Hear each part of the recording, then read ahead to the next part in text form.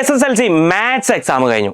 വലിയ കുഴപ്പമില്ലാത്തൊരു ഓക്കെ ആയിട്ടുള്ള ഒരു പേപ്പറായിരുന്നു. അപ്പോൾ ഞാൻ ഇത് കുട്ടികളുടെ അഭിപ്രായം അറിയാൻ വേണ്ടിയിട്ട് ജസ്റ്റ് ഒന്നൊരു പോൾ ഇട്ട് നോക്കി. അപ്പോൾ ഓൺലി 7% കുട്ടികൾ മാത്രമാണ് ഇത് ഈസി എന്ന് പറഞ്ഞത്.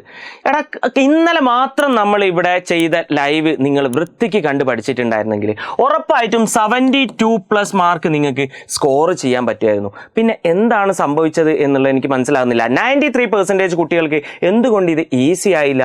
ആൻഡ് ഇതൊന്ന് ക്ലാരിഫൈ ചെയ്യാൻ വേണ്ടിയിട്ട് ഞാൻ ഒരു ക്വസ്റ്റ്യൻ വെറുതെ ഒരു ക്വസ്റ്റ്യനിൽ ചെറിയൊരു ഇതുള്ളത് എനിക്ക് ഫീൽ ചെയ്തപ്പോൾ ഞാൻ എന്ത് ചെയ്തു, നമ്മുടെ വാട്സപ്പ് ചാനലിൽ അത് ഇട്ടു.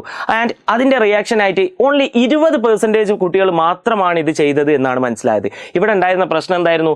ഡി അല്ലെങ്കിൽ കോമൺ ഡിഫറൻസ് 4/3 വന്നു. അപ്പോൾ എല്ലാ കുട്ടികളും വിചാരിച്ചു ക്വസ്റ്റ്യൻ തെറ്റാണ്. കാരണം നമ്മൾ ഇങ്ങനെ പഠിച്ചിട്ട് കാര്യമുണ്ടോ?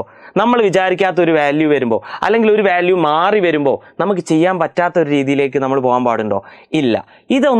ഇതൊക്കെ നമ്മൾ മാറ്റിയിട്ട് ഫിക്സ് ചെയ്ത് അടിപൊളിയായിട്ട് വേണം ഇനി നമ്മൾ മുന്നോട്ട് പോകാൻ. ആൻഡ് കാര്യങ്ങൾക്ക് ഒന്നുകൂടി ഒരു വ്യക്തത കിട്ടാൻ വേണ്ടി ഞാൻ എനിക്ക് പേഴ്സണലി അറിയാവുന്ന കുട്ടികളെയൊക്കെ വിളിച്ചപ്പോൾ അവർ പറഞ്ഞത്, സാറേ കുഴപ്പമൊന്നുമില്ല, എനിക്കൊരു 70 അറൗണ്ട് മാർക്ക് ഉണ്ട്, പ്രശ്നമൊന്നുമില്ല. 2 പ്രശ്നമേ നേരിട്ടുള്ളൂ. ഒന്ന് എന്താ വെച്ച് കഴിഞ്ഞാൽ കുറച്ച് കെയർലെസ് മിസ്റ്റേക്ക് വന്നു, പിന്നെ ഒന്ന് ടൈം മാനേജ്മെൻറ്റിൻ്റെ ഒരു വിഷയവും വന്നു. ഇങ്ങനത്തെ ചെറിയ ചെറിയ പ്രശ്നങ്ങൾ തന്നെ നിങ്ങൾക്കും ഉണ്ടാവുള്ളൂ. അപ്പോൾ നമുക്ക് എന്ത് ചെയ്യാം, ഇതൊക്കെ ഫിക്സ് ചെയ്ത് ഇനി അടിപൊളിയായിട്ട് മുന്നോട്ട് പോകാം. പക്ഷെ ഇവിടെ നിങ്ങൾ മനസ്സിലാക്കേണ്ട ഒരു കാര്യം എന്താണെന്ന് വെച്ച് കഴിഞ്ഞാൽ, നിങ്ങൾ കഴിഞ്ഞ 3 ദിവസമായി ഊണിലും ഉറക്കിലും നിങ്ങൾക്ക് ഇത് മാത്രമായിരുന്നു ചിന്ത. ഇഷ്ടം പോലെ നിങ്ങൾ പഠിച്ചു, ഇഷ്ടം പോലെ നിങ്ങൾ ക്ലാസ് കണ്ടു. അപ്പോൾ നിങ്ങൾ അവിടെ നിന്ന് മനസ്സിലാക്കണം, നിങ്ങൾക്ക് വർക്ക് ചെയ്യാൻ പറ്റുമെന്നുള്ളത് നിങ്ങൾ മനസ്സിലാക്കണം. നിങ്ങൾ വർക്ക് ചെയ്ത് കഴിഞ്ഞാൽ നിങ്ങൾക്ക് കാര്യങ്ങൾ മനസ്സിലാവുന്നുള്ളത് നിങ്ങൾ മനസ്സിലാക്കണം. നിങ്ങൾക്ക് കാര്യങ്ങൾ ഉൾക്കൊള്ളാൻ പറ്റിക്കഴിഞ്ഞാൽ നിങ്ങളുടെ പേപ്പറിലേക്ക് അത് പകർത്താനും ഇതിനൊക്കെയുള്ള ഒരു കഴിവ് നിങ്ങൾക്ക് ഉണ്ട് എന്നാണ് നിങ്ങൾ ഇതിൽ നിന്നും മനസ്സിലാക്കേണ്ടത്. സോ ഇനിയും മുന്നോട്ട് ഈ ഒരു ഹാർഡ് വർക്ക് ഇട്ടുകൊണ്ട് നിങ്ങൾ മുന്നോട്ട് പോകണം. എഡ്യൂപോർട്ട് ഉറപ്പായിട്ടും കൂടെ ഉണ്ടാവും. നമ്മളെന്താ മാത്സ് ചെയ്ത് പഠിച്ചിട്ട് എന്നേ കാര്യമുള്ളൂ. അതാണ് കഴിഞ്ഞ കുറേ ഞായറാഴ്ചകളായി നമ്മൾ രാവിലെ മുതൽ വൈകുന്നേരം വരെ നിങ്ങളെ കൊണ്ട് ചെയ്യിപ്പിക്കുന്ന ലൈവൊക്കെ വെക്കുന്നത്. ആൻഡ് കഴിഞ്ഞ 3 ദിവസമായിട്ട് 20 പരം മണിക്കൂറാണ് നമ്മളിവിടെ ക്ലാസ് എടുത്തിട്ടുള്ളത്. നിങ്ങളെല്ലാവരും ഇവിടെ ഉണ്ടായിരുന്നു.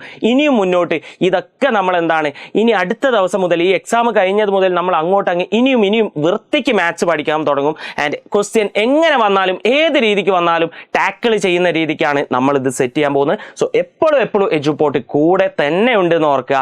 ആൻഡ് നിങ്ങൾക്ക് ഇത്, അതായത് ഞാൻ എപ്പോഴും പറയുന്ന കാര്യമാണ്, നമ്മൾ അവിടെ ഇവിടെയും പഠിക്കാതെ കൺസെപ്റ്റ് ബേസ് ആയിട്ട് പഠിച്ചു കഴിഞ്ഞാൽ, കൺസെപ്റ്റ് സെറ്റാക്കി കഴിഞ്ഞ് കഴിഞ്ഞാൽ പിന്നെ ക്വസ്റ്റ്യൻ തിരിഞ്ഞാലോ മറിഞ്ഞാലോ നമുക്ക് പ്രശ്നമില്ല.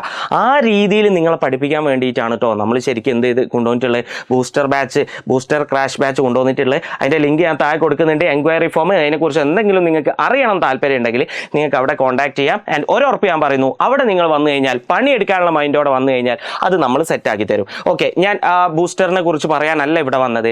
അപ്പോൾ മാത്സ് എന്താണ് മീഡിയം ലെവലിൽ ആണ് എക്സാം എന്ന് വിചാരിക്കുന്ന കുട്ടിയോട്, അല്ലെങ്കിൽ എന്താണ് മാത്സ് എന്താണ് നിങ്ങൾ വിചാരിക്കുന്നതെങ്കിലും കുഴപ്പമില്ല, നിങ്ങൾ ഒരു കാര്യം നിങ്ങൾ ഉൾക്കൊള്ളണം, നിങ്ങൾക്ക് വർക്ക് ചെയ്യാൻ പറ്റുമെന്ന് നിങ്ങൾ തെളിയിച്ചു കഴിഞ്ഞു. ഈ 3 ദിവസം കൊണ്ട് നിങ്ങൾ ഇത്രയും എഫേർട്ട് ഇട്ടിട്ടുണ്ടെങ്കിൽ, ഈ 3 ദിവസം ഇട്ട എഫേർട്ട് ഇനി മുതൽ അങ്ങോട്ട് ഓരോ ദിവസവും ഇടാൻ നിങ്ങൾ തയ്യാറാണെങ്കിൽ ഫുൾ A+ നിങ്ങൾക്ക് ഗ്യാരണ്ടീഡ് ആണ്. നിങ്ങൾക്കാണ് അത് കിട്ടാൻ പോകുന്നത് എന്നുള്ളത് നിങ്ങൾ മനസ്സിലാക്കുക. ഉറപ്പായിട്ടും അത് നിങ്ങൾ നേടി തന്നെ ഇരിക്കും. ആൻഡ് നിങ്ങൾ അതിന് തയ്യാറാണെങ്കിൽ ജസ്റ്റ് നിങ്ങൾക്ക് എന്താണ് ഇപ്പോൾ ഫീൽ ചെയ്യുന്നത് എന്നുള്ളതൊക്കെ ഒന്ന് കമൻറ്റ് ചെയ്യുക. നമുക്ക് ഇനി വരുന്ന എക്സാമുകളൊക്കെ അടിച്ചു പൊളിക്കണം. അപ്പോൾ മാത്സ് കഴിഞ്ഞു, ഇനി ഫുൾ ഫോക്കസ് അടുത്ത സബ്ജക്റ്റിലേക്ക് കൊടുക്കുക. അടിപൊളിയായിട്ട് മുന്നോട്ട് പോകാം. സോ സി യു, നമുക്ക് കാണാം. ബൈ.